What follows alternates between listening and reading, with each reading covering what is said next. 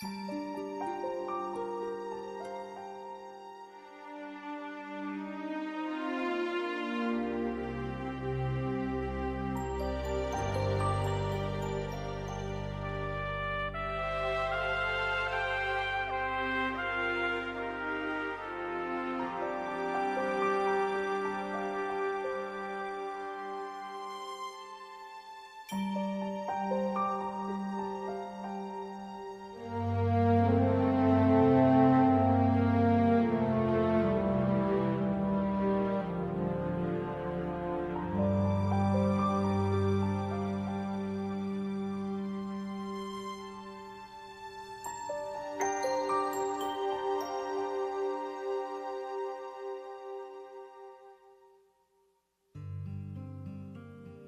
was very proud to be an American. I felt like this was the greatest country in the history of the world. I volunteered for the draft. It was an escape for me to avoid attending college. My granddad fought in the war. My father fought in the war. This is what you were supposed to do if they wanted you. So that's what you did, even though it was wrong. You had no choice in it. I'm the firstborn Jewish son after the Holocaust. You don't just blindly follow. You don't just blindly obey. You stand up when you see something wrong. Your government, like any other government, can make mistakes. Danny and I grew up in Milwaukee. People in our neighborhoods didn't go to college. You graduated, you got your diploma from high school, and you got a full-time job. I lost my student deferment, and I remember staying in a barracks. And the boy who was on the upper bunk, he looked to be like 17 and a half. I couldn't even believe he was draft age. And he cried all night for his mother. And I felt horrible about that. And the only thing I felt I could do was to simply work harder to stop the war. Vietnam is an oppressed people that needs liberating. It's what I've trained for all my adult life. It's why I was in the Boy Scouts, trustworthy, loyal, helpful, friendly. All of that stuff is just of course I'll go to Vietnam. And for somebody to say that it's wrong to liberate the oppressed, that don't make sense. It was just so simple. So simple. Not so simple now.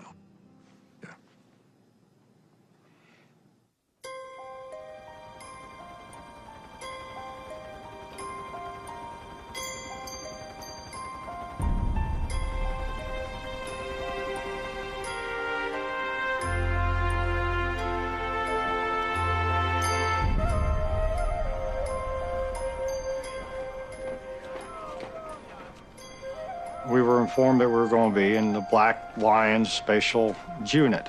And they told us all about it and how that Charlie was really scared of us.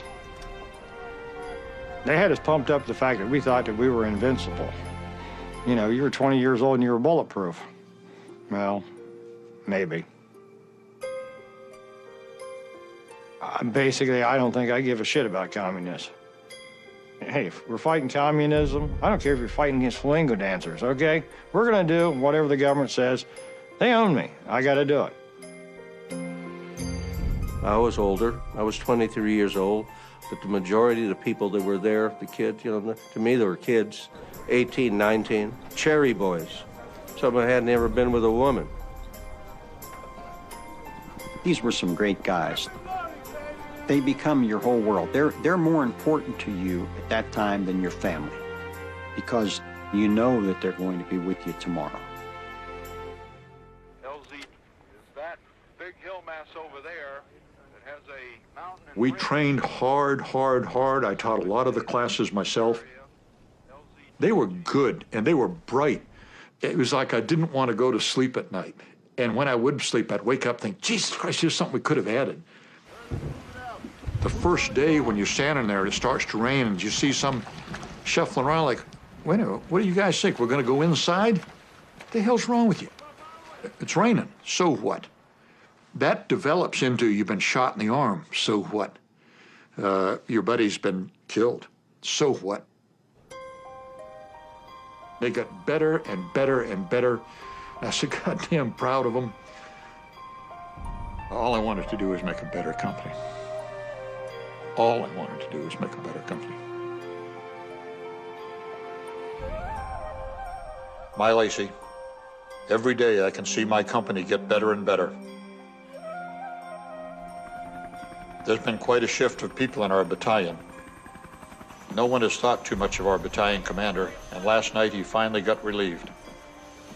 Lieutenant Colonel Allen is our commander now.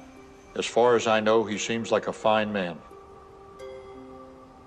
I said, "You're not in relation to General Terry Allen, are you?" And he said, "Yeah, I'm his son." And I just was absolutely flabbergasted by that. General Terry Allen, he was on the cover of Time magazine. It was very clear that my dad wanted nothing more than to be a general like his dad was. He very much wanted his father to be proud of him. I encouraged this. I very much wanted to be a general's wife. When I first met Terry, I was 18, so he would have been 31. It was very prestigious to marry into the Allen family.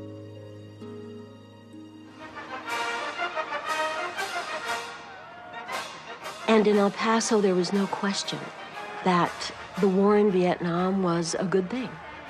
And we would go over and we would whip them and we would come back. And to me, Vietnam meant especially that this was Terry's opportunity to have combat duty. That was really the sum total of it in my own mind.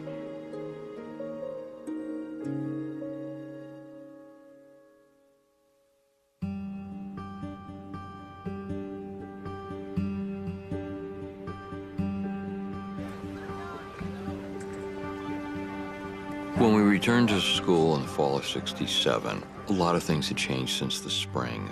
The war had picked up considerably.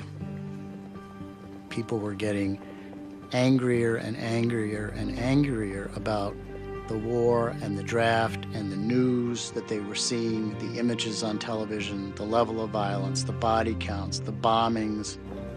It was all mounting. In the week ended last Saturday, 171 Americans were killed in combat, 977 were wounded. 193 Americans died in combat last week. U.S. combat deaths in the war now total more than 14,000. More and more people were trying to make a decision about where they would stand in relation to Vietnam. I was aware for the first time that there was a beginning of some kind of a movement. It was kind of mystifying, and it was also a bit threatening to me because I thought, what's going to happen here? Everyone was trying to get your attention, and one might be, a petition to sign against the war in Vietnam. And, I had very suspicious feelings of these folks. If my government said we needed to be in Vietnam, then I believed we needed to be in Vietnam. I remember a group of us gathering and looking at the Daily Cardinal and seeing that Dow was coming to campus to recruit, which prompted a discussion that we had to start preparing for that. The best known product that Dow was making was Saran Wrap. The Dow Company began making napalm in 1965. The board chairman, the CEO, had served in the armed services in World War II. That made it rather natural that when your government wanted you to make some stuff, even though it was very nasty stuff, that you made it without any question.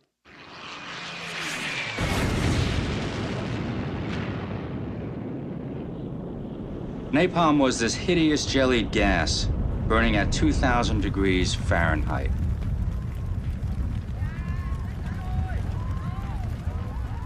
It didn't just kill you, it tortured you. It has a complete reference to Zyklon B, the gas they use in the concentration camps. It felt like chemical warfare at its worst. Napalm was the symbol of the war. A year earlier, there'd been a huge story in Ramparts magazine talking about the effects that napalm had on what it said were millions of children in Vietnam who'd been burned by it. The horror of napalm made an indelible impression on all of us, and especially on students. When they discovered that the University of Wisconsin had invited Dow Chemical Company to come to the campus to recruit. And the man who was to become the chancellor of the university shortly thereafter, William Sewell, he said, why can't they go and recruit off campus like they do in most places? Sewell was an opponent of the Vietnam War. He'd voted against allowing Dow to recruit on campus, but he was outvoted. The faculty endorsed their right to recruit, and the response of students who cared was that they had to do something if the faculty was not going to take a reasonable stand on this. People want to go work for Dow, that's their business.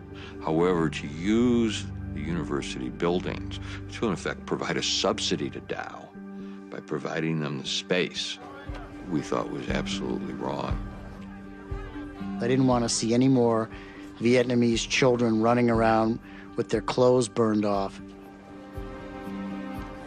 There were millions of us who thought that if we put in enough time and made enough noise, that it would make it impossible for the government to keep sending young men to Vietnam.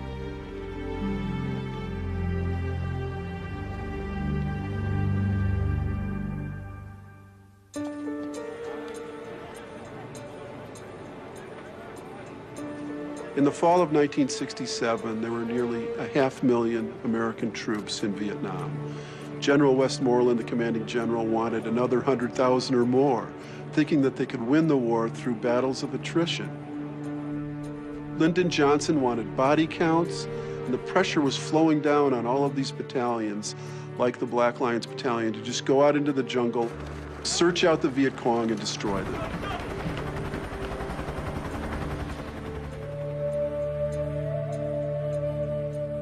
We had some intelligence that a VC division were in this area. And so around the 10th of October, the Black Lions were sent back out, Terry Allen in command, and it was an exciting day.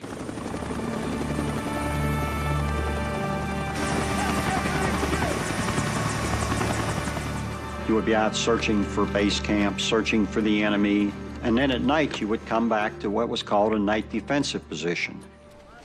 We moved from one night defensive position to another, and it seemed like every day we made contact of some kind, maybe 2 or 3 people, maybe just a couple of rounds, sniper or something, you know. There was movement all around us. You could just sense it in the air. You just get goosebumps. I live in the hills, East Tennessee. You don't come in my backyard and sneak up on me. I know every nook and every cranny. I know the creeks. You ain't gonna sneak up on me in the woods in my hometown. You're not going in the jungle to Vietnam and sneak up on a VC. He knows where you're at. He knows where you're at before you ever leave base camp. My company was getting most of the action because I would go where the enemy was. I had a good feel for what the enemy was doing, but we were finding the enemy. I couldn't have dreamed that it was the entire regiment. My regiment had 1,200 soldiers. We weren't supposed to engage in any battles there. We were just passing through on our way to another mission. But we had no rice to eat for days.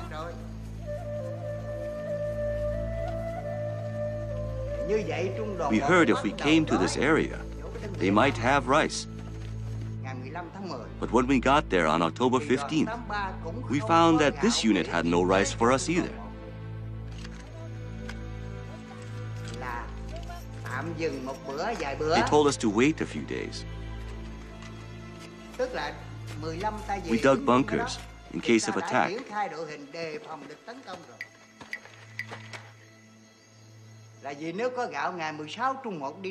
If we had found rice in that area, then we would have left that area on the 16th, and none of the fighting would have taken place.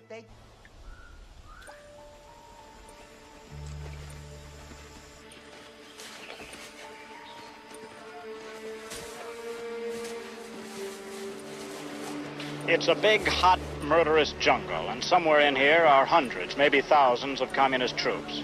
In the last couple of days, American soldiers have come in looking for them, spoiling for a fight.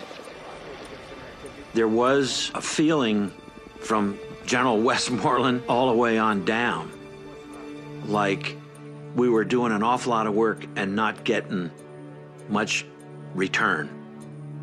We had a hard time having big fights. We thought we were doing that, but the enemy wasn't fighting. Where is the enemy, General? Well, I think right now they're north of us and some on the west. But we'll find them, don't you worry about it. General Hay, the commanding general, was being told by Westmoreland that he wasn't aggressive enough. So Hay, in turn, was putting pressure on his commanders, like Terry Allen, to go chase down the Viet Cong. Terry Allen knew that the purpose for him being in there was to make contact and beat them up. The company commanders are encouraging the platoon leader to get the platoon moving, and the battalion commander is encouraging the company commander to get his company moving faster.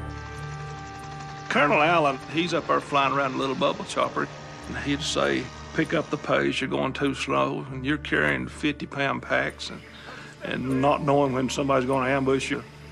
He was mad because we weren't going through the jungle fast enough. Well, get your big ass out of that helicopter and come down here and try it. Terry Allen certainly felt the pressure of battalion command.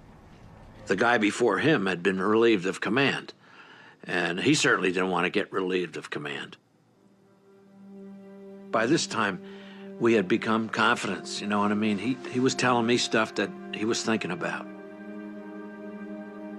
He did tell me that he had gone home to try to patch up his marriage. When Terry left to go to war in Vietnam, I set about trying to build some kind of a life for myself in his absence. I didn't know really what it meant to be the wife of somebody in the Army. It's an incredibly challenging way to live. All of a sudden, you are in a house alone. Assumptions that I had never questioned were being challenged. I was being assaulted by these images. What was being shown on television every night in the nightly news. The bloody combat, the body bags that were coming back, shots of protesters in other parts of the country. And all of a sudden, there was a whole new dimension to the war in Vietnam that was opened up to me. It was shattering. It felt as though I had been living a lie. And it did seem like a huge backdrop of Disneyland had all of a sudden been ripped apart. And in its place, you saw women and children and soldiers on both sides being blown up, and body parts and blood and body bags and people crying.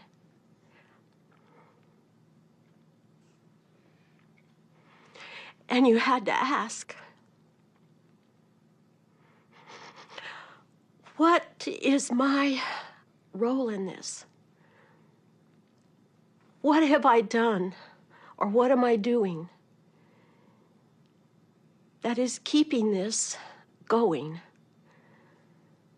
How am I contributing to this devastation?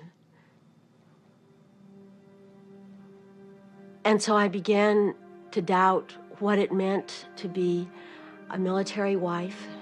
And on a more personal level, I began to have serious doubts about our own marriage. And so I did write him a letter. I believe classically known as a Dear John letter, saying that I didn't want to be his wife anymore. Terry said, I don't want to be divorced from her. I love her. He had gone home to talk to his wife. I had committed myself so far by my actions that it was impossible for me to turn back. And so I told him that it just wasn't any good, that I was going to go ahead with divorce proceedings. I have a memory of what I understand now was the last day that we spent together before he left the next morning. He came through the door, and he came to find us, and I can remember just saying, "You can't go. You just don't leave us. Just please don't leave us." And I can remember that I said to him, I'm afraid you're going to die. I think you're going to die. And then he left.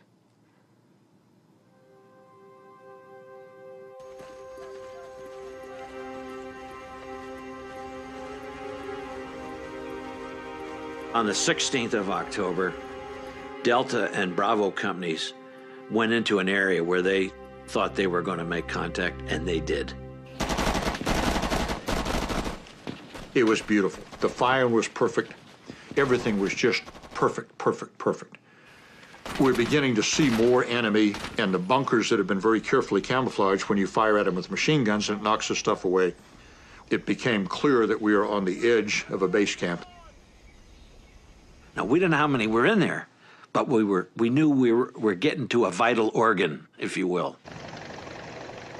On October 16th, General Hay and several of his brigade commanders meet with Terry Allen in the field. And Terry Allen's bosses essentially told him, "We've got the Viet Cong where we want them. Get your ass on the ground with your troops." There was a full moon that night. I remember the full moon. And went to the tent where the briefing was. Colonel Allen said, "This is going to be a great day for the Black Lions. Tomorrow we're going to get them." And then the colonel said, "This is what we're going to do tomorrow. Delta Company will lead here. Alpha Company will follow, and we're going to follow this route. It's a frontal attack on a fortified position. You don't ever do that." One of the cardinal rules in tactics, and especially in that kind of environment, is you don't go out the same way two times because the enemy will be waiting on you in an ambush. I certainly didn't say, "Colonel, that's goddamn asinine." I think I said something like, "What?" Lieutenant Welch said, "Sir," he said, I don't think we should go out there tomorrow with just the two companies, because he said there's quite a bit out there. He said they may be a lot more enemy there than we suspect." Colonel Allen said, "Oh, Welch," he said, "you're just gun shy." Well, this really tore up our company commander, you know. Worst moment of my life. Colonel Allen said something about if Welch is gun shy, we'll have Alpha lead.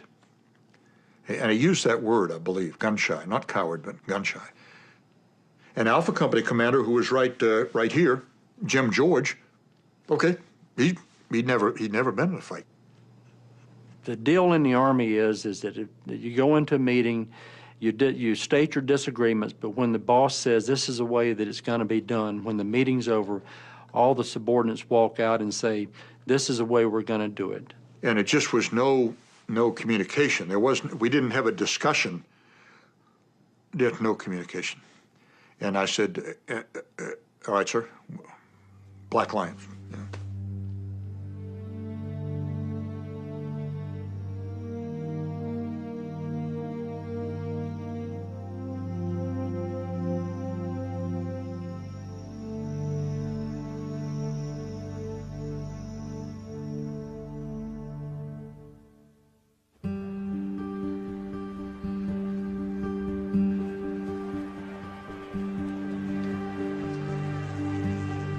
Dow produces napalm.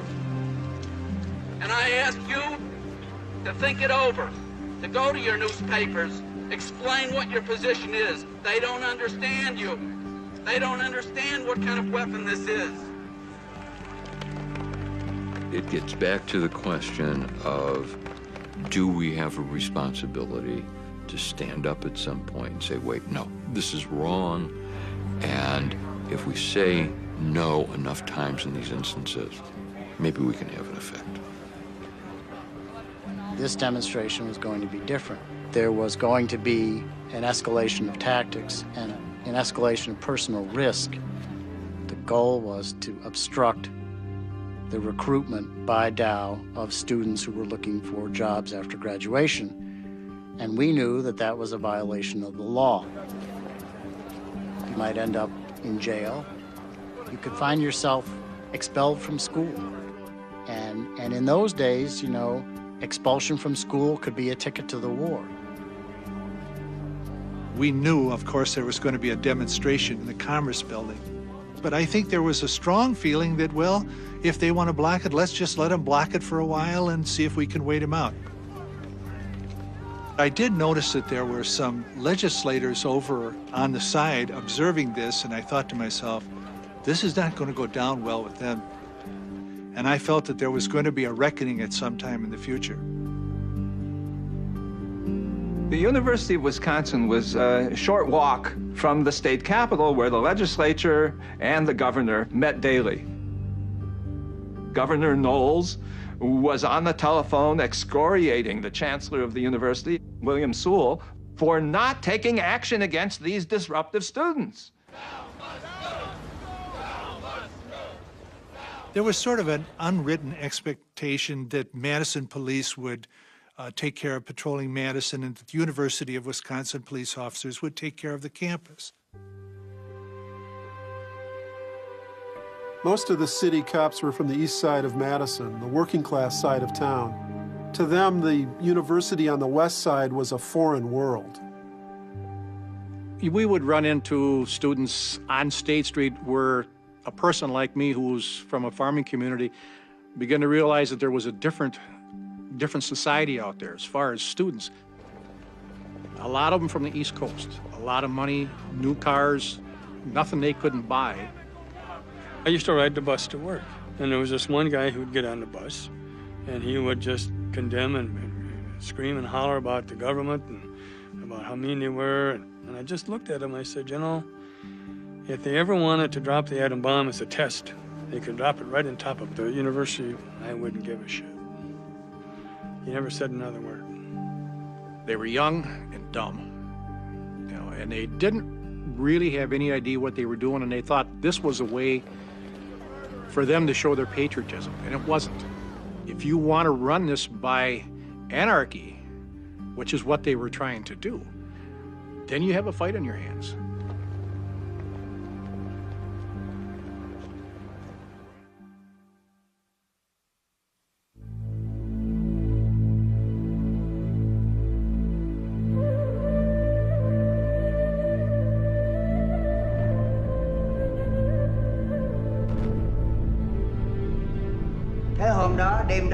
B-52s dropped bombs that night, so I knew they'd attack the next morning.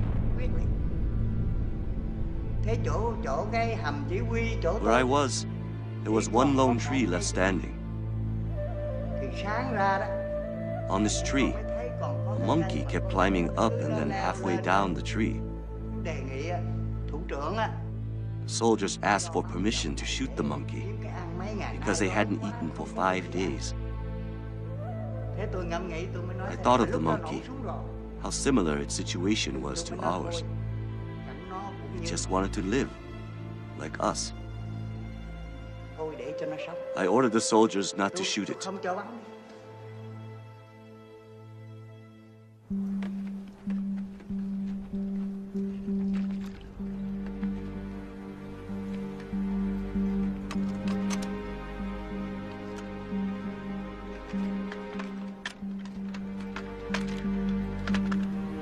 When we came in for breakfast that morning, I would say, you're going to be a big fight today. You know, got plenty of ammunition? Oh, yes, sir, yes, sir. Black lines, black lines. Well, they told us we were going to a place that was going to be pretty rough, and that's all. They didn't tell us what was waiting on us. You had no choice, you just went. I do not believe that Colonel Allen had ever moved with the command group on the ground until the 17th. And he showed up with, I think, 13 people. Jesus Christ. Alpha Company was leading, and right behind Alpha Company was Delta Company. There was like 130 of us. And I thought, well, this is one of the biggest forces we've ever sent out. There's no way they're going to mess with us. The battalion commanders had scouts who would climb the high trees. They would observe the enemy and report back.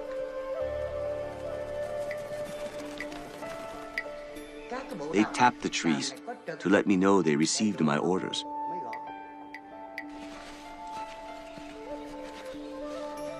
We let the enemy approach, coming in close until they were in firing range.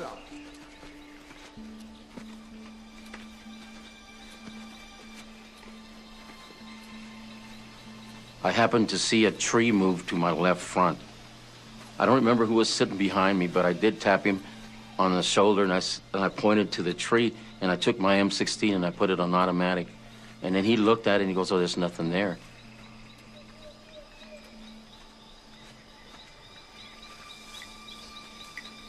Suddenly there was this series of clicking sounds.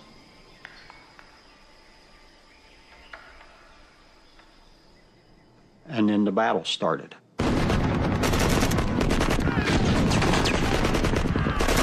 It sounded like every weapon in the world was being fired at that point, from all directions on us. I saw Breeden fall, I saw Carrasco fall, and I saw Gribble fall. We heard a lot of fire ahead of us, which we knew was Alpha Company. They were firing out of the trees. They were firing out of bunkers. All you could shoot at was muzzle flashes. We had 160 men, and they had 1,400 men. Okay, 10 to 1. It was 10 to 1. We had more soldiers than they did, but we didn't have the same firepower. We would fight very close to them, only 10 or 15 meters away. When we stayed close to them, they couldn't bomb us. Within a few minutes, I guess, or whatever, I could tell, a huge Claymore mine went off. It hit Farrell, hit Sergeant Johnson, who was laying next to me. To this day, I see him. He was just laying there in blood.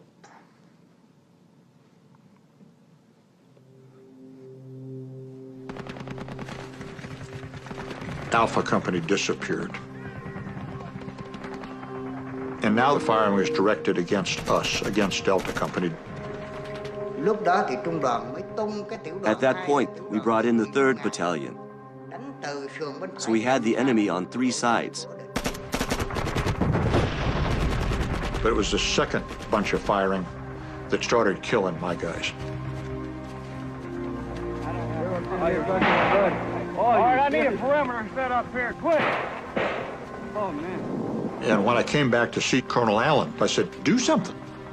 You know, bring artillery. Give me the artillery. Give me the command. Give me something. I thought about the mutiny on the Bounty there that ran through my mind, that, you know, should I take over it? But they was coming right in on us. I seen one run up to one of our machine gunners and blow a Claymore mine.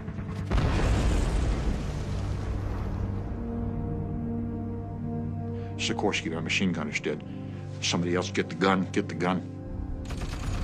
I didn't give him that much time. Too many people were dead, too many people were wounded. I couldn't even have run away, because that would have left Alpha Companies dead and wounded. Lieutenant Welch, he was moving around among the people, telling them where to fire. I seen him get hit at least 2 times, and I seen him fall a couple of times, and he'd get right back up. It's good for the men to see that you're up and moving, because if you're cowering down, makes them think it's really bad. And I came to the colonel, and he's looking at a picture. And my words to him were, "What the hell are you doing looking at a picture? And I'm going to fire artillery." And then he said, "No, you can't fire artillery because Alpha's the lead." "Sir, Alpha Company's gone. I'm firing." And a bullet came overhead and hit him right in the helmet, but it just blew the top part of his head away.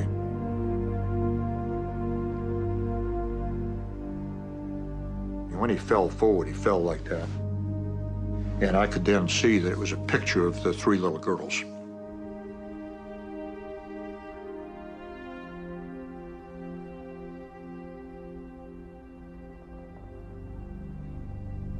Anybody who was in the shade was safe. Anybody that was in the sunshine was getting shot. I can't remember his last name, but he'd look at me, reaching out, saying, "Help me, help me." And every time he tried to move to get some cover, they'd shoot him.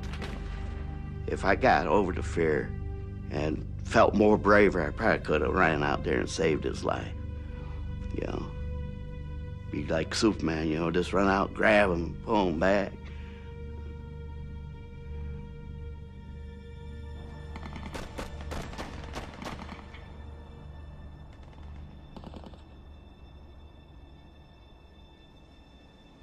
And all of a sudden, they disappeared. It was all over. I mean, it was gone. They were gone.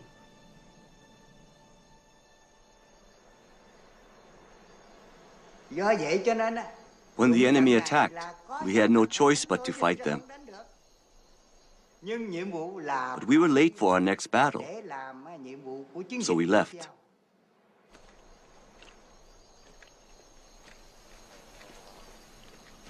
I went through I don't know how many different bodies, crawled around out there trying to find somebody that was alive.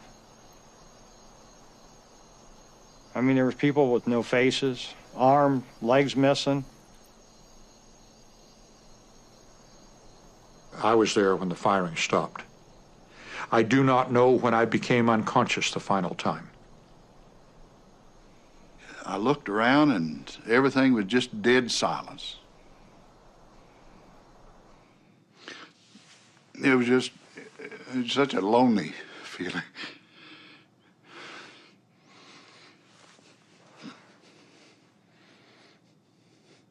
But there was no noise. And I remembered hollering, "Can anybody hear me?" And after I hollered at it a couple of times, I heard someone off short distance away said, "Yeah, we're over here." I said, "Who is it?" And I told him, I said, "This is First Sergeant Barrow."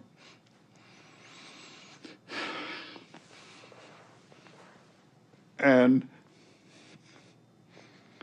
he said,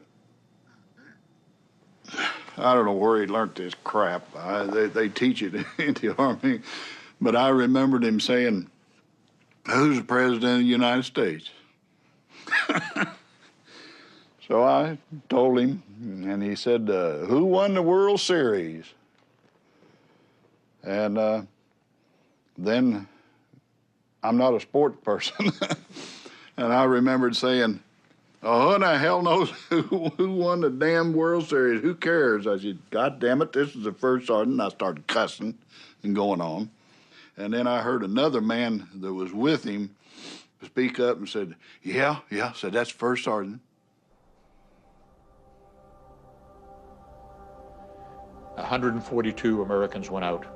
64 died as a result of that fight, and almost everyone else was wounded.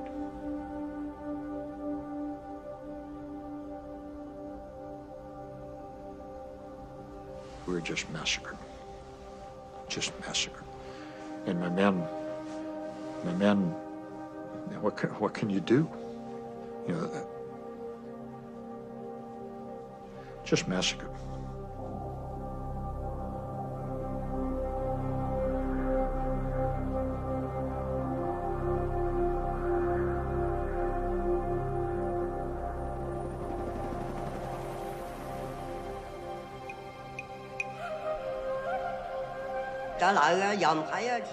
We snuck back to examine the battlefield. I thought, holy fuck, did we kill them all? What we saw made us shudder, because we saw how small we were compared to them. As small as one of their thighs. I never understood why the Americans came to our country. Maybe they thought Vietnam was rich. So they came over and attacked us.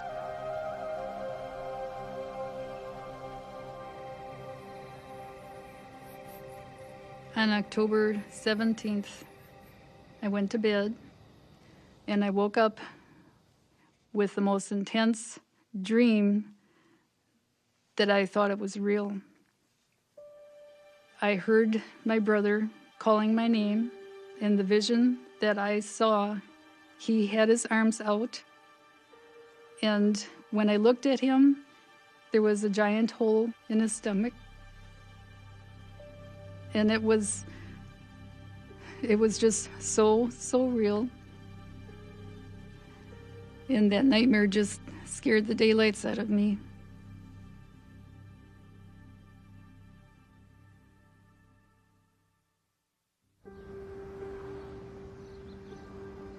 When I got up in the morning, I knew nothing about the planned demonstration against Dow. What was on my mind at that day was that the following day I was going to be having my very first 6-week exam at the university in my French literature class. At some point as I'm climbing up the hill, I hear some musical instruments.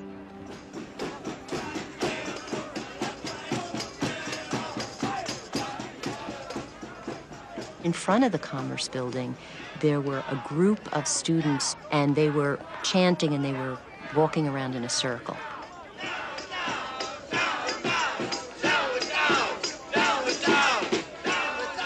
I was absolutely not a protester that day.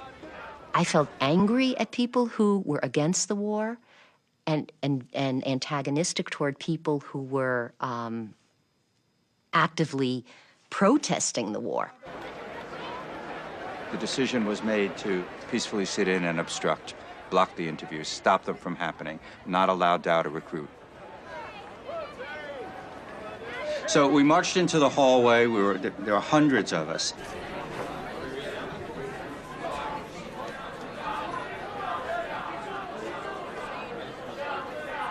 By that point, we were packed in so tightly, you literally couldn't move. No one thought about getting hurt.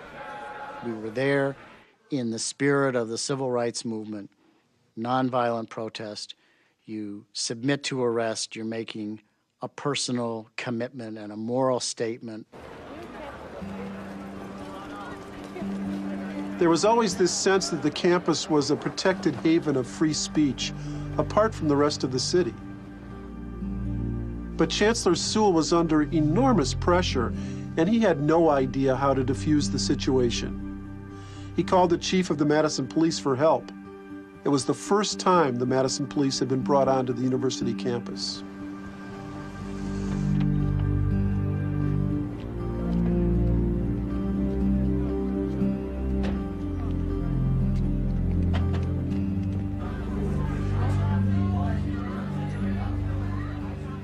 I was specifically assigned to be in the Commerce hallway to maintain communication with the students.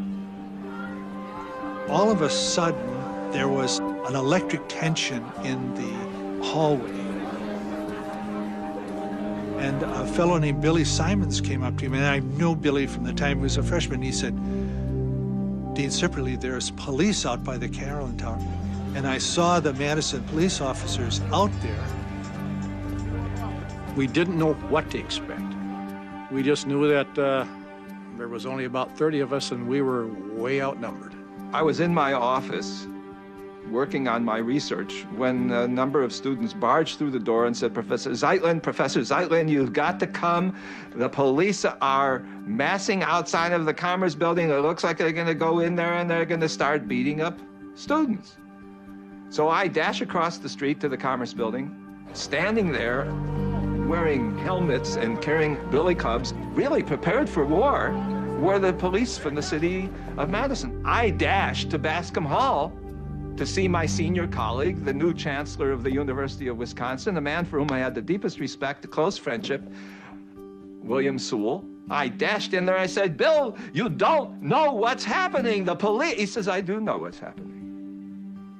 And I can't do anything to stop it. I said, but who called the police? And he said, I called the police. And that was a profound shock.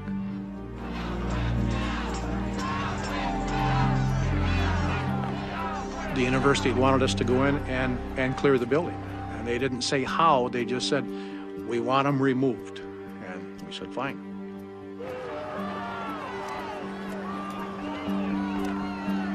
I see this man, he had a bullhorn, and he made this announcement that anyone who wanted to leave the Commerce Building should leave now, because in 2 minutes, the police were going to be entering the building and they were going to be arresting anyone who was there.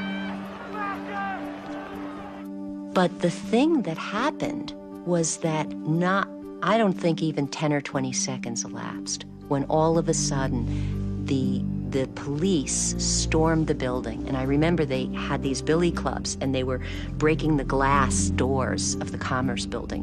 When the window went out, everything turned loose. They turned loose, we turned loose, and it was a matter of who's going to win.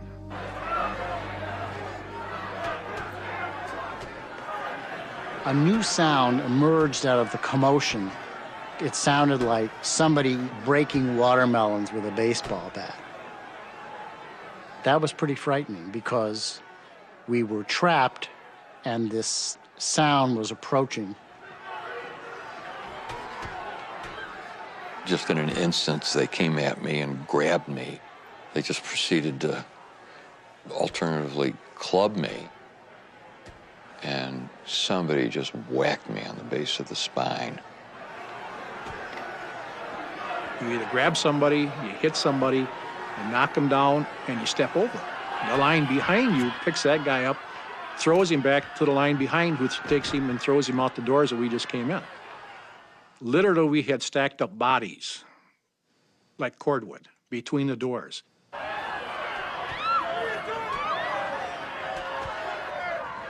People were trying to get out. And as the people were trying to get out, they were beating people up with billy clubs, you know, as hard as they could. And you could hear the whack.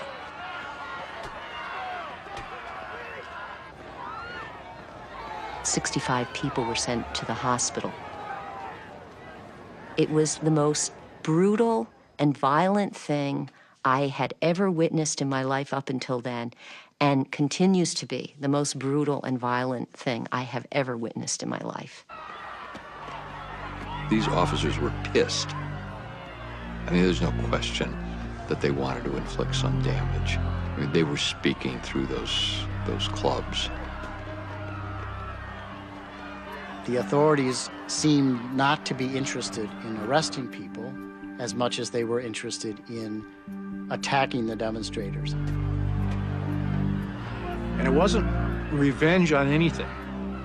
If you got a student, you tried to make sure that he didn't return, that he didn't want to come back. And if that meant, you know, breaking his kneecap, that's what you did.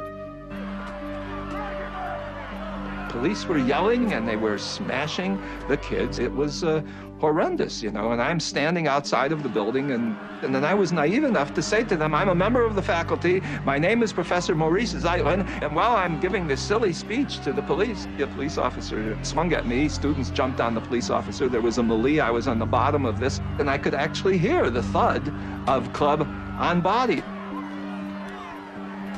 I saw a policeman raise his club and I thought he was about to hit a student.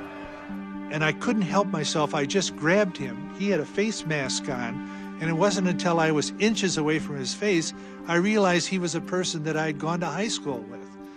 And I said, Jerry, what are you doing? And he said to me the same thing, Jack, what are you doing?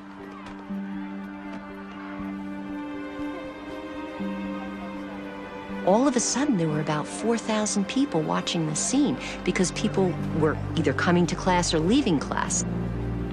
I remember people starting to scream, "Sieg Heil, Sieg Heil." In fact, that event, the police smashing students, politicized students who didn't even know the war was going on. But when they saw on their own campus their fellow students being smashed by police, it was natural for them to turn out. It was in their nature.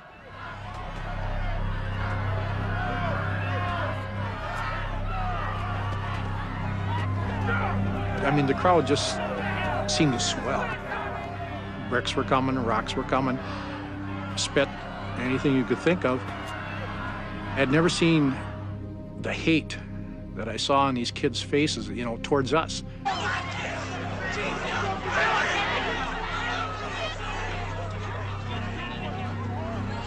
It was a half a brick. Came flying over and hit me flush in the face and knocked me cold, knocked me out. Everything was out of control. And somebody, and I'm not sure who, ordered up tear gas.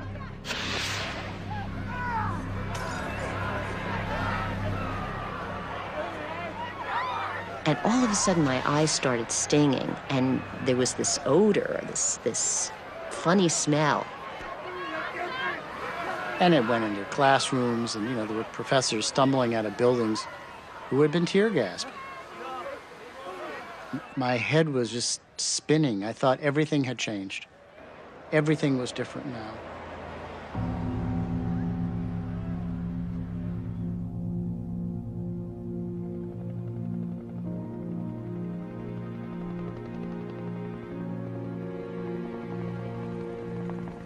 On a normal rifle company, if it took 20 helicopters to move us in and out of a night defensive position, in this day there were 5 helicopters.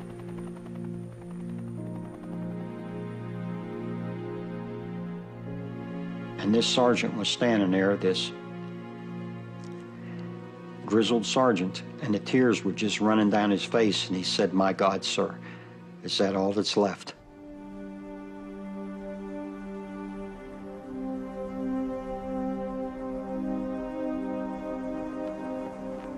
The next call I got was, Major Shelton could go down and identify bodies. So I went down and I saw all my buddies. I just felt like, how could anything be worth this?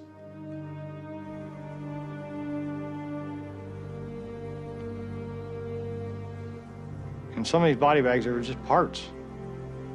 And this one body bag, I told this rotation, whatever he was, I said, if that arm with that front of the 1st Airborne tattoo belongs to the rest of those parts in that bag, I knew it is. And identified that as Schroeder. I was kind of wandering around in a daze. And I heard trucks. And on these trucks, there was American soldiers in brand new uniforms. And I just stood there looking at them. And I said, that's the new battalion. New meat. These guys were all replacements for all our guys.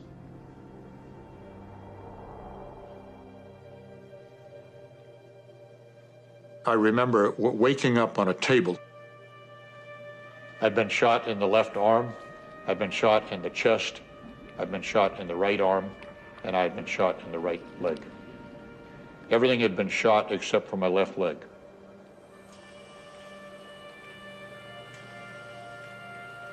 A beautiful woman was leaning over me and saying, "Lieutenant Welch, it's going to be all right. You're going to be all right." And then she stepped forward, and I grabbed her, and what I said to her is, "My Delta, my Delta. What has happened to my Delta? Where's my Delta?" And she said, "Delta's gone." And then that's all I remember.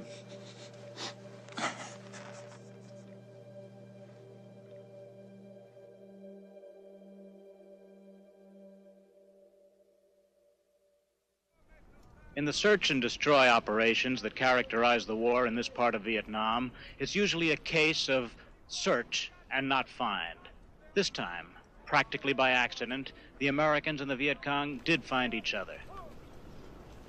We were ordered to make ourselves available in front of the Alpha Company area. They had set some chairs up. And we were debriefed before we went into the hooch to interview with CBS News that we were not to mention that it was an ambush. From my perspective, I was pissed because it was an ambush. I felt at that time, and I still do now, that there was a cover-up. We have a pretty good idea of the enemy troops in this area. We have quite a bit of intelligence on this particular regiment. What happens now, sir? What happens now? What happens now is we continue to work on him till we destroy him. This is what I've hoped we could do for a long time, is get him to stay in one place. But I understand why General Hay didn't want to use the word ambush, because an ambush means you're incompetent. The problem was what was said about it was a spin, which made it sound like this battle was part of something bigger, which was very successful. In Vietnam, the 1st Infantry Division, in a costly, bitter battle with the Viet Cong in the Iron Triangle, 40 miles northwest of Saigon, has reportedly smashed a guerrilla plan to overrun Saigon itself. The battle took place yesterday between 1,500 Americans and 2,500 Viet Cong.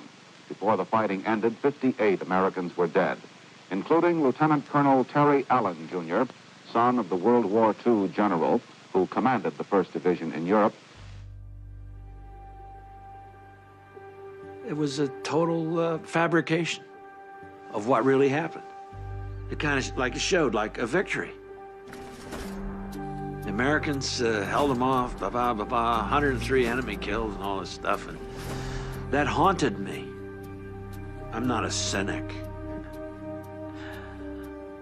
but I started to become one, you know, of history. You know, what the hell? Who the hell knows what really happened? If that's the way history is written. Reports will indicate that a squad of 50 Madison policemen were called to the scene and were met by an angry, vicious mob of 300 or more protesters, led by, in many cases, professionals from out of the city, and that virtually individual officers' reports would indicate that at times they were fighting for their own lives.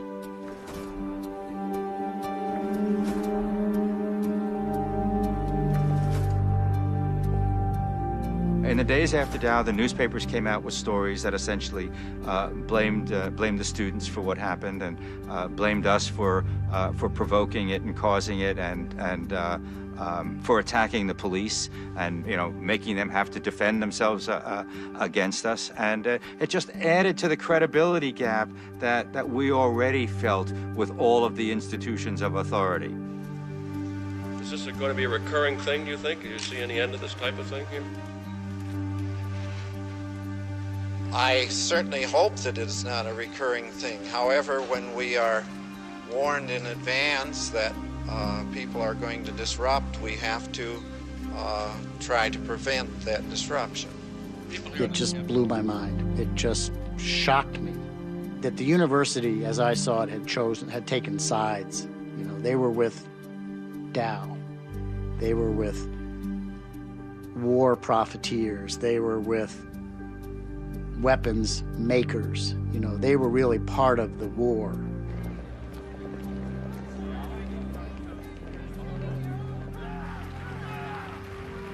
That was the beginning of a movement on campus. Until then, there had been anti-war demonstrations on campus. There had been anti-war teach-ins on campus. But that gave rise to a spontaneous outpouring. Students said, if they're doing that to us here, if they're doing that to us here for peaceful protests, for doing nothing more than sitting in, maybe the United States is the bully abroad as well. There were students that I knew very well as thoughtful people And I began to think, well, if they felt strongly enough to put their bodies on the line, perhaps I ought to question a little more deeply some of these things. A strike was called, classes were canceled. Probably a third to 40% of the university was stopped on that day. I thought, I have to strike. But then the realization hit me that if I were to participate in this, I would have to not show for my first 6-week exam as a freshman at the university. I really had to go inside and decide that I had a civic responsibility to say that what I had witnessed was wrong. There was a real process of transformation in terms of my thinking. I now felt like I was part of this anti-war movement on campus, which had grown into a real, sizable movement after Dow Chemical.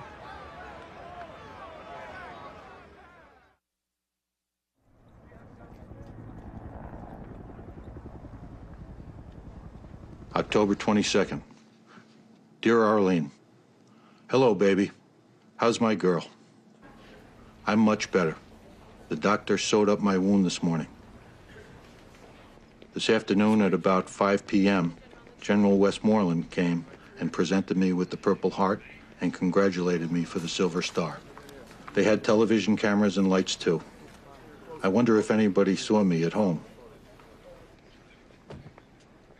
One of his aides, I remember, came to me and he said, look, Costello, we know you're 18 years old. The general's going to come and give you the Silver Star, and he's probably going to ask you how old you are. And when he does, I'd like you to say you're 19 or 20. General Westmoreland came into the ward and shook hands and said, congratulations. I said, are you congratulating me or the enemy? And I said, we lost that battle. I remember vaguely waking up enough to know that there's General Westmoreland. And somebody being there, and somebody taking some pictures, and somebody shaking hands. And then I believe General Westmoreland, fine old man, leaning down and saying, well, son, I'm glad you're all right. Tell me what happened that day.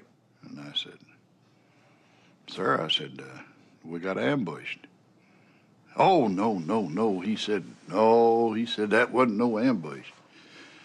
And I said, well, General, then I don't know what happened to the other people out there, but by God, I was ambushed.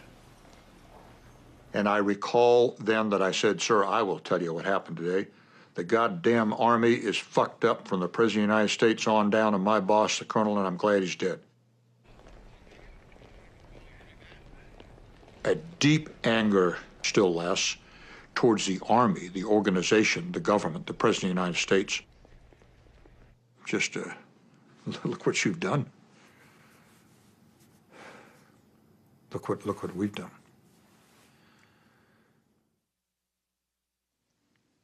On October 20th, I remember being in my bedroom and the doorbell rang.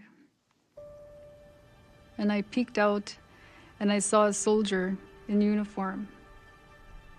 My heart just fell to my feet because I just knew why he was there.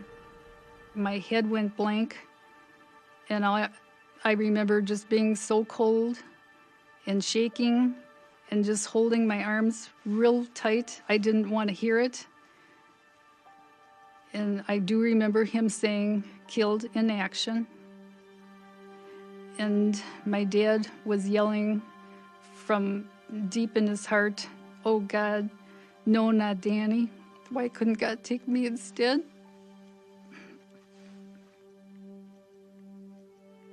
I remembered the dream that I had of Danny, and everything just clicked. I knew he was dead. I believed that was Danny's last goodbye to me in his own way, that he reached out.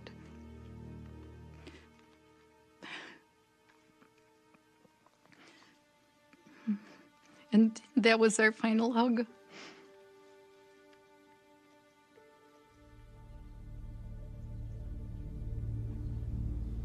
Two officers came to the house. They told me that Terry had been reported missing in action.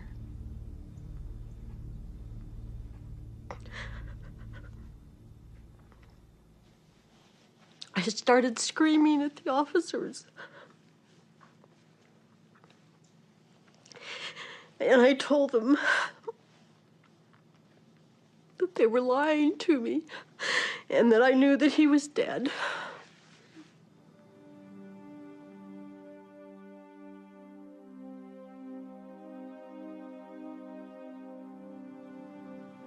It was just loss. Loss of so much.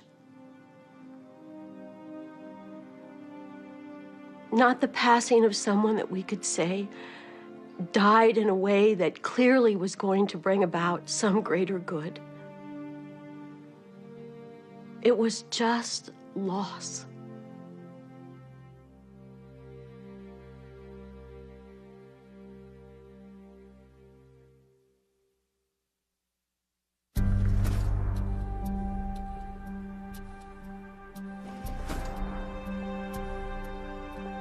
They may expel 13 of us, and I wonder what they're going to say about, the new little clique, the new outside agitators that run this movement, because that's not what the reality is.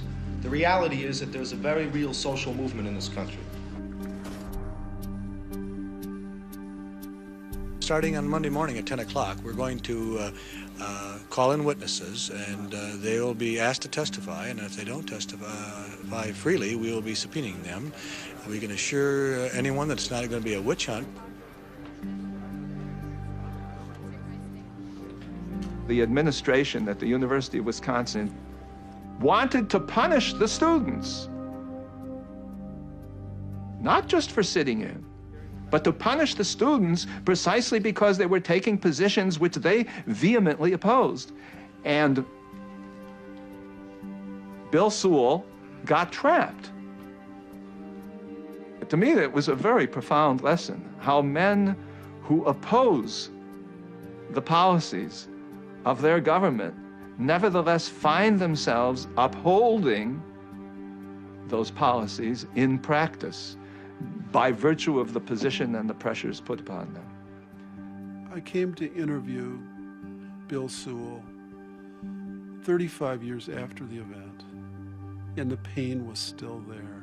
90 years old at that point, when he started to describe what happened in those few minutes, seeing the police go in with their billy clubs and seeing kids come flying out with their bloodied heads, he started crying.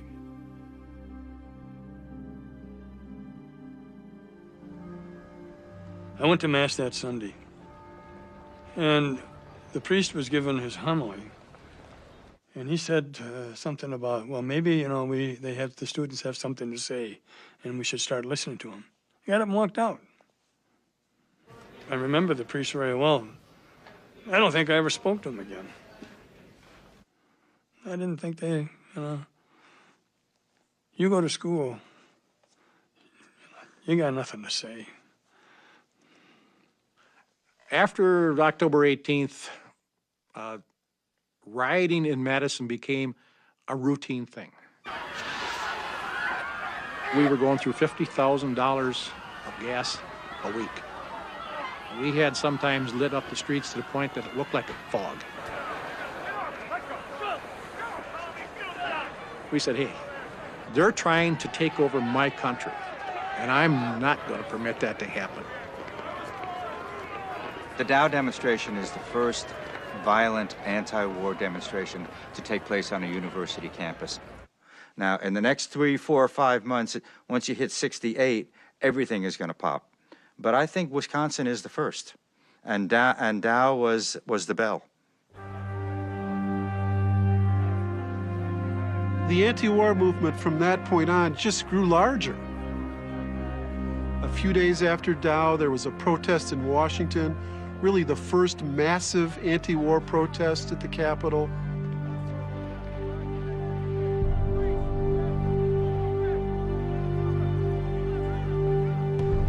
When the Tet Offensive comes 3 months later, public perceptions changed forever from that point. That was the point where the American public essentially concluded that Vietnam was not worth fighting and unwinnable.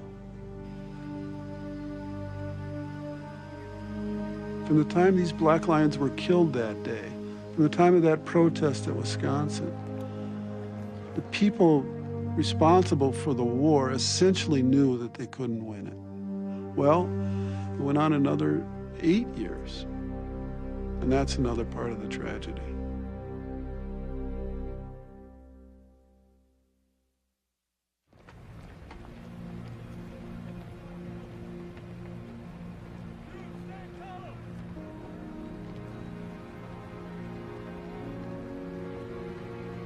When we flew home, I was with two guys that I knew. We took a taxi cab to the San Francisco airport. The taxi cab driver talked about the price of tires and the traffic and never quite got around to saying, hey, welcome home, or how was it, or good luck. And I thought that this is probably a sign of things to come. I mean, I knew my parents would be happy to see me. I didn't know if anybody else would be happy to see me. So I knew I was going to have one good friend, me. And so I sent a letter home to myself.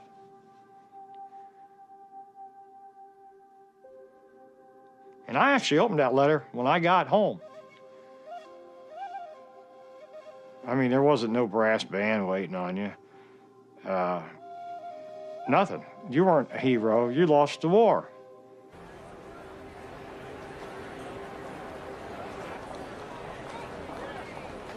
I was pretty bitter. I considered those people to be traitors. I mean, traitors, cowards, and any other dirty name you could come up with.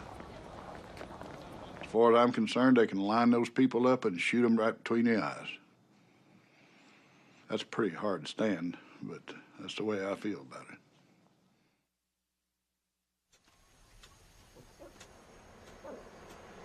My mother and father were both lost to the war. So now there's only me. Nobody else. My wife's family is also completely gone. Only her left. All lost to the war. My house is on the battlefield where we fought that day. My neighbors ask if I'm not afraid, with the ghosts of all the dead Americans tugging at my feet.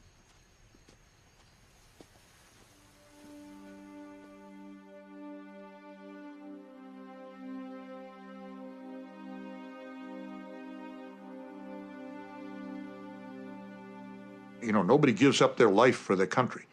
They have their life torn away from them. Nobody gives up their life for their country. None of my guys signed up for that. I see their faces, and that's what hurts so much.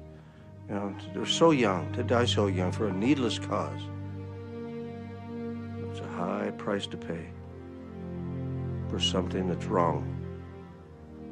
And as you look at it now, you know it was wrong. We had no business being there. I'm not ready to give up on Vietnam as a force for good. Okay, I'm not ready to admit that was an evil thing that happened to the United States of America, that never should have happened, or even that it wasn't worth it. Now, part of that is because I can't accept the deaths of my buddies as not being worth something. I've had many years to reflect upon my decisions and my actions and realize where I acted stupidly and in haste, foolishly, and cruelly. But I have never changed my mind about the wrongness of the war in Vietnam. You need to have people who are willing to stand up and take action when they think something is wrong. I mean, that's what a democracy is all about. It changes who you are. When you put that kind of time and that kind of effort into a cause, you emerge from that different. And I think we emerged from that absolutely less optimistic, absolutely less hopeful. We were committed and willing and wanting to give everything. They didn't want it, and we stopped giving it. And the fact that it's not around now in the way it was then, I think is extremely harmful to the country.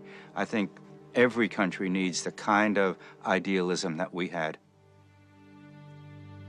I have only respect for the men who fought in that war, because they didn't make the war, they didn't choose to fight in that war, but they accepted a responsibility that they thought was theirs as an American citizen, okay? They carried the burden of being an American citizen. When they were sent to war, they fought. And I carried the burden, not at all comparable, of being an American citizen by opposing that war. And I had the choice, and they didn't. And for that I was privileged, and they weren't. But we were both doing our duty. I think back then, if people tried in any way to stop the war, they probably felt that they were doing the right thing. On the other hand, the boys in Vietnam felt they were doing the right thing. In the end, I wonder who was right.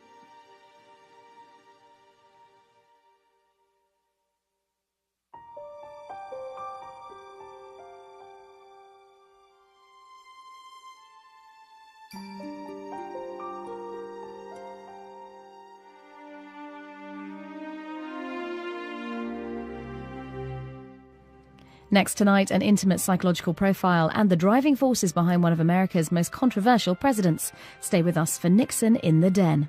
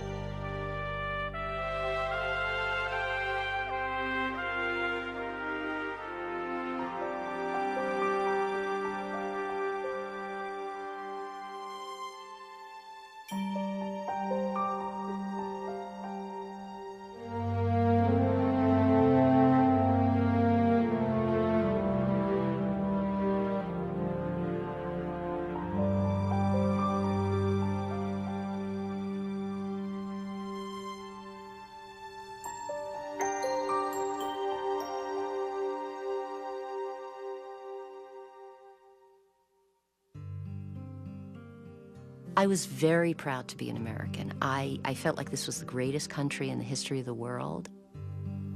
I volunteered for the draft. It was an escape for me to avoid attending college. My granddad fought in the war. My father fought in the war. This is what you were supposed to do if they wanted you. So that's what you did, even though it was wrong. You had no choice. The level of violence, the body counts, the bombings, it was all mounting. In the week ended last Saturday, 171 Americans were killed in combat, 977 were wounded. 193 Americans died in combat last week. U.S. combat deaths in the war now total more than 14,000. More and more people were trying to make a decision about where they would stand in relation to Vietnam. I was aware for the first time that there was a beginning of some kind of a movement. It was kind of mystifying, and it was also a bit threatening to me because I thought, what's going to happen here? Everyone was trying to get your attention, and one might be, a petition to sign against the war in Vietnam. And, I had very suspicious feelings of these folks. If my government said we needed to be in Vietnam, then I believed we needed to be in Vietnam.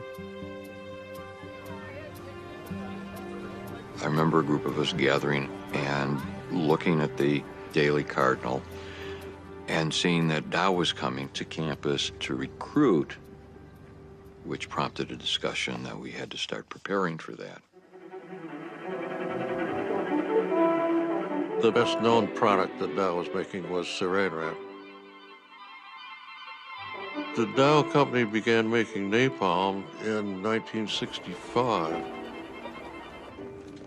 The board chairman, the CEO, had served in the armed services in World War II. That made it rather natural that when your government wanted you to make some stuff, even though it was very nasty stuff, that you made it. Al, that Charlie was really scared of us.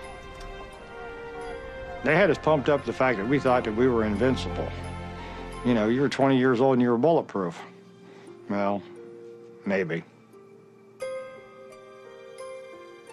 Basically, I don't think I give a shit about communists. Hey, if we're fighting communism, I don't care if you're fighting against flamingo dancers, okay? We're gonna do whatever the government says. They own me. I gotta do it. I was older. I was 23 years old, but the majority of the people that were there, the kids, to me they were kids, 18, 19, cherry boys.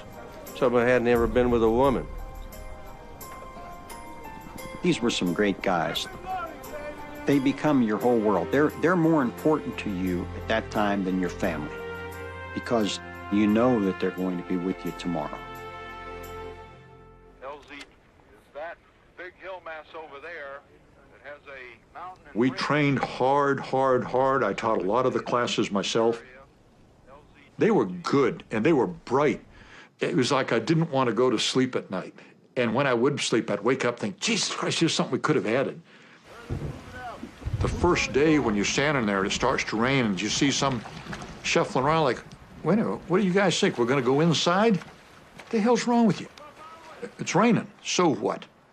That develops into you've been shot in the arm. So what? Your buddy's been killed. So what? They got better and better and better. I was so goddamn proud of them. All I wanted to do was make a better company. All I wanted to do was make a better company. My Lacey, every day I can see my company get better and better. There's been quite a shift of people. I'm the firstborn Jewish son after the Holocaust. You don't just blindly follow. You don't just blindly obey. You stand up when you see something wrong. Your government, like any other government, can make mistakes. Danny and I grew up in Milwaukee. People in our neighborhoods didn't go to college. You graduated, you got your diploma from high school, and you got a full-time job. I lost my student deferment, and I remember staying in a barracks. And the boy who was on the upper bunk, he looked to be like 17 and a half. I couldn't even believe he was draft age. And he cried all night for his mother. And I felt horrible about that. And the only thing I felt I could do was to simply work harder to stop the war. Vietnam is an oppressed people that needs liberating. It's what I've trained for.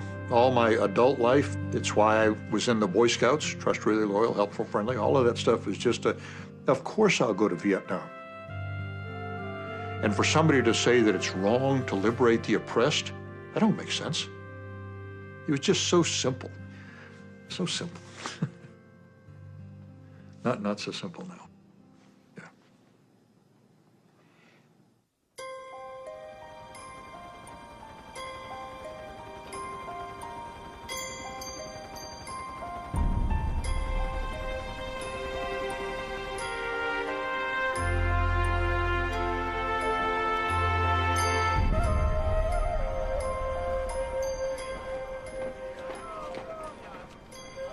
We were informed that we were going to be in the Black Lions Special Unit, and they told us all about it. And in our battalion, no one has thought too much of our battalion commander, and last night he finally got relieved. Lieutenant Colonel Allen is our commander now. As far as I know, he seems like a fine man. I said, "You're not in relation to General Terry Allen, are you?" And he said, "Yeah, I'm his son." And I just was absolutely flabbergasted by that. General Terry Allen, he was on the cover of Time magazine. It was very clear that my dad wanted nothing more than to be a general like his dad was. He very much wanted his father to be proud of him. I encouraged this. I very much wanted to be a general's wife. When I first met Terry, I was 18, so he would have been 31. It was very prestigious to marry into the Allen family.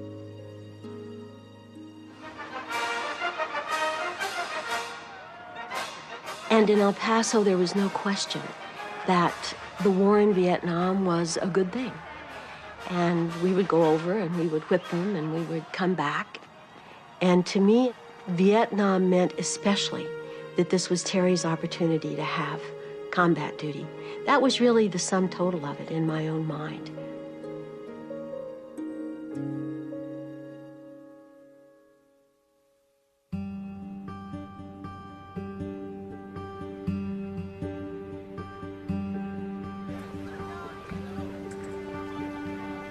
When we returned to school in the fall of '67, a lot of things had changed since the spring. The war had picked up considerably. People were getting angrier and angrier and angrier about the war and the draft and the news that they were seeing, the images on television.